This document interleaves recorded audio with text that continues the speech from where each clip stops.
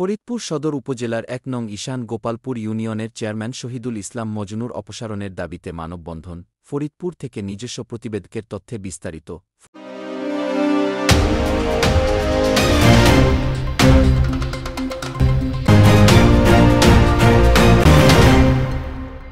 ফরিদপুর সদর উপজেলার ১ নং ঈশান গোপালপুর ইউনিয়নের সন্ত্রাসী, চাঁদাবাজ, ধর্ষণ মামলার মূল পরিকল্পনাকারী, দুর্নীতিকারী, সরকারি রাস্তার গাছ খেকো চেয়ারম্যান শহীদুল ইসলাম মজনুর অপসারণের দাবিতে মানববন্ধন। গত ৩ সেপ্টেম্বর রোজ মঙ্গলবার ১০টার সময় ১ নং ঈশান গোপালপুর ইউনিয়নের সর্বস্তরের জনগণ, ব্যবসায়ী সহ ছাত্র জনতা এই মানববন্ধন করেছেন। সম্মানিত লোকজন বিভিন্নভাবে আমরা চলাফেরা করে কিছু মনে করতে পারেন, এই মানববন্ধন কিন্তু আওয়ামী লীগের বিরুদ্ধে নয়।